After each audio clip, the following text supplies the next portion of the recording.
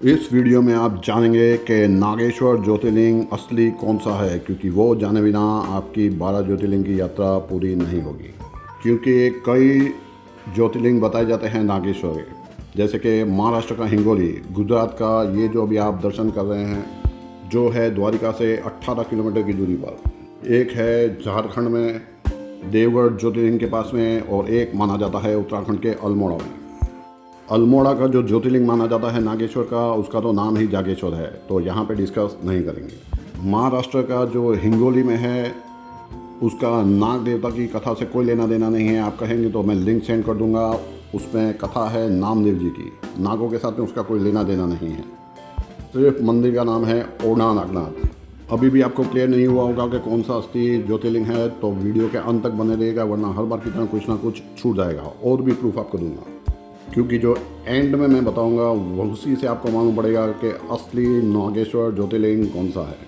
तो 12 ज्योतिर्लिंग में से 10वां ज्योतिर्लिंग है नागेश्वर ज्योतिर्लिंग। तो आपने मंत्र तो सुना ही होगा 12 ज्योतिर्लिंग। सौराष्ट्र सोमनाथम जय श्रीशैलम मल्लिकार्जुन उज्जैनम महाकालम ओमकारम अमलेश्वरम पल्लम वैद्यनाथम च डाकिनीम भीमाशंकरम सेतु बंदित रामेश्वरम नागेश्वरम दारुका वन है। यानी नागेश्वर जो है वो दारुका में है, दारुका वन में है।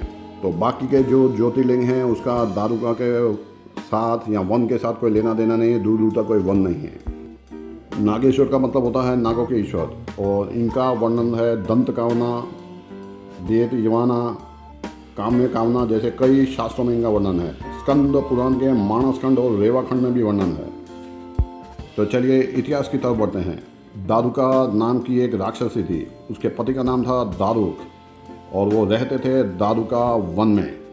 दारुका राक्षसी ने पार्वती जी से वरदान पाया था कि वो अपने वन को कहीं पर भी लेकर जा सकती हैं। इस बात को ध्यान रखिएगा। एक दिन लोग महर्षि औरव के पास पहुंचे, क्योंकि पति पत्नी दोनों ने आतंक मचा रखा था। ताकत मिलते ही उसका दुरुपयोग शुरू कर दिया। लोगों को यज्ञ नहीं करने देते थे, और नर हो मानव हो जो हो सबको परेशान कर रखा था। तो औरव ऋषि ने उन्हें श्राप दिया कि वो नष्ट हो जाएंगे अगर धरती पर अपना आतंक फैलाया तो इस बात से मौका मिल गया देवता को, और मौका देखकर देवताओं ने दारुका राक्षस पर हमला कर दिया। अब यहाँ से कन्फ्यूज़न शुरू हुआ। धरती पर रहकर लड़े तो मारे जाएंगे, क्योंकि श्राप मिला हुआ है, और नहीं लड़े तो हारे जाएंगे। तो अब करें क्या? तो अपने वन को बचाने के लिए दारुका राक्षसी उसे समुद्र के बीच ले गई। अब समुद्र तो सिर्फ गुजरात वाले नागेश्वर ज्योतिर्लिंग के पास में है। बाद में एक दिन एक नाव में कई लोग नागेश्वर जा पहुंचे, तो दारुका ने उन्हें बंदी बना लिया। लेकिन उनमें से एक भक्ता सुप्रिया और कई शिव भक्त थे, और उन्होंने शिव भक्ति करनी शुरू कर दी। तो भगवान शिव प्रकट हो गए और सभी राक्षसों को यहाँ की भूमि छोड़कर जाने के लिए कह दिया। तब दारुका राक्षसी ने माता पार्वती से प्रार्थना की और क्षमा मांगी, और वरदान पाया कि उनकी नाग संतानें यहाँ रुक सकेंगी। और तो महादेव ने ये वरदान दे दिया और खुद नागेश्वर के रूप में यहाँ पर स्थापित हो गए। यहाँ शिव जी की नाग और पार्वती माता की नागिन के रूप में पूजा की जाती है, और किसी भी ज्योतिर्लिंग में आप इस तरह की पूजा नहीं देख पाएंगे। मंदिर में नाग और नागिन चढ़ाने की विशेष महिमा है, और दर्शन करने से नाग दोष और काल सर्प दोष जैसे दोष दूर होते हैं।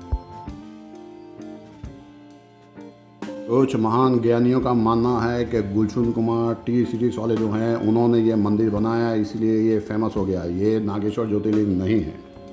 तो मैं ये पूछना चाहूँगा कि गुलशन कुमार इतने बड़े शिव भक्त थे, इतने बड़े ज्ञानी थे, तो अगर उन्हें इतना खर्चा करके कोई मंदिर बनाना था तो उन्होंने और किसी जगह पर खर्चा करके क्यों नहीं बनाया? दारुका वन में है नागेश्वर, तो और किसी भी ज्योतिर्लिंग में दारुका वन का कोई उल्लेख नहीं है। ना ही स्टेशन का नाम दारुका से है, और ना ही पास में कहीं पर समुद्र है। लेकिन शास्त्रों में वर्णन है कि 12 ज्योतिर्लिंग हैं और उनके उप ज्योतिर्लिंग भी हैं। तो बाकी को आप उप ज्योतिर्लिंग मान सकते हैं, यानी उनका भी इक्वल इम्पोर्टेंस है।